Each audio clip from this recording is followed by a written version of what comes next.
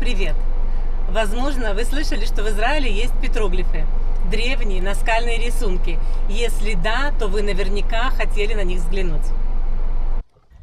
Но вот беда. Для этого нужно прошагать около 20 километров по пустыне Негев, к горе Карком. Ну или в той же пустыне карабкаться на гору Арков.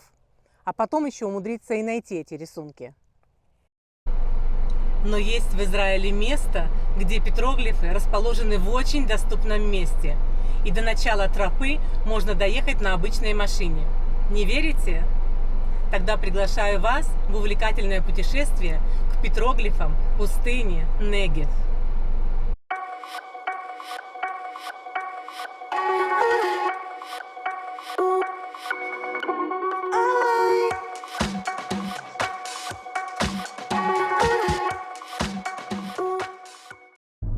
Мы столько раз проезжали это место и не подозревали, что здесь есть нечто интересное.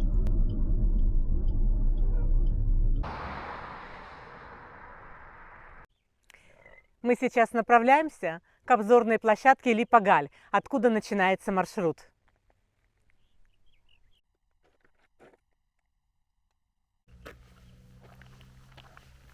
Фу, какашки овечьи.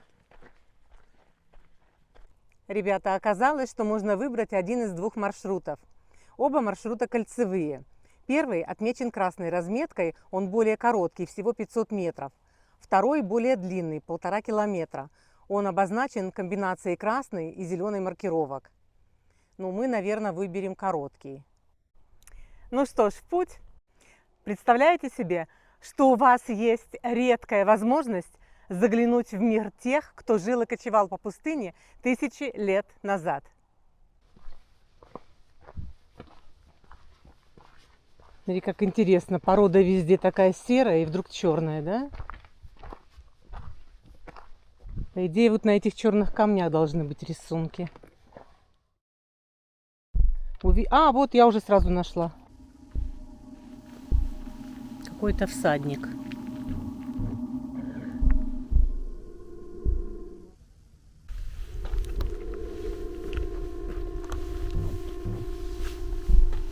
Что интересно накалякали? Ну да, человечки и какое-то рогатое животное. А когда-то вся вот эта территория была дном океана. Потом вода ушла, и осталась известковая порода, которая содержала в себе какое-то количество железа. Со временем действие кислорода повлекло изменение цвета с белого на ржаво-черный. Случилось это очень-очень давно, а потом в этих местах оказался человек. Сидел тут, созерцал красоту бескрайней пустыни. И вдруг увидел животное прекрасное, с 2 рогами витыми. Вероятно, хотел он это животное приручить. Но у животины этой были другие планы, и она убежала. А человек от отчаяния взял камень и начал лупасить им камень, на котором сидел. И, о чудо, черный слой сбился, и под ним появился белый. Проявив смекалку, человек начал изображать увиденное им животное. Вот оно.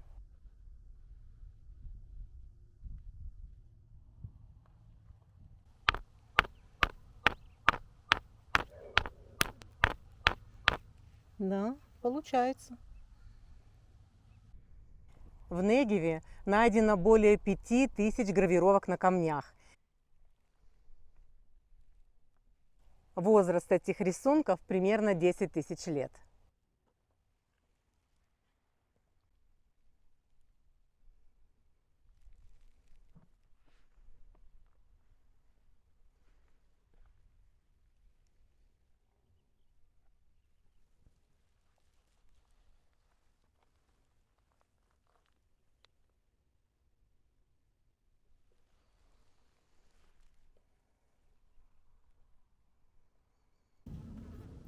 Ну, короче говоря, надеяться на указатели не приходится, потому что все метки стерты.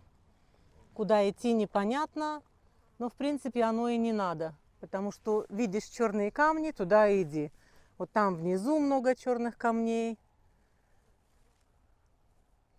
Так что вполне возможно без указателей здесь ходить. Смотри внимательно, может что-то интересное увидишь. Может какую-то кость доисторического животного или ракушку. Представляешь, все это было когда-то дном океана.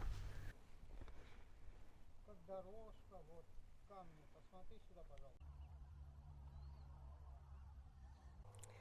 Вы знаете, ловлю себя на мысли, что палящее солнце и тишина пустыни погружают меня просто в состояние транса.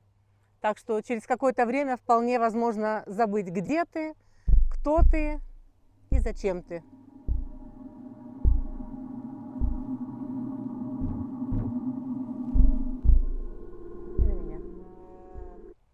Если я не ошибаюсь, вот там русло ручья Цин, самого жестокого и бесчеловечного ручья в Израиле. Зимой, когда вся страна радуется редким дождям, он собирает в себя все осадки, выпавшие в пустыне Негев, и начинает перегонять их через 40-ю трассу, тем самым блокируя центральную дорожную артерию страны. Ну, короче говоря, мы идем совсем не по маршруту, мы просто идем.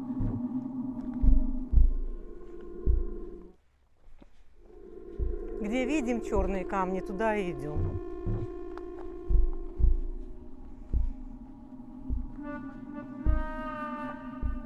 Смотрите, вот это явно было на дне морском.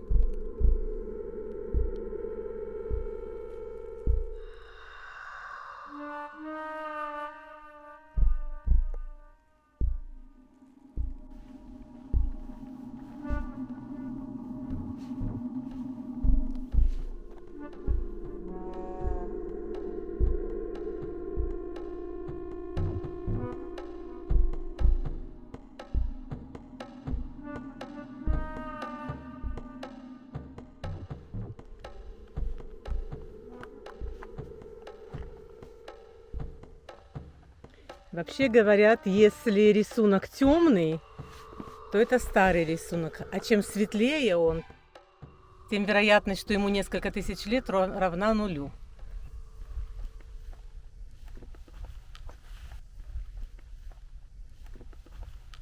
Вы знаете, печально, что над наскальными рисунками Негева нависла смертельная угроза, а угрожают им колонии грибов и лишайников.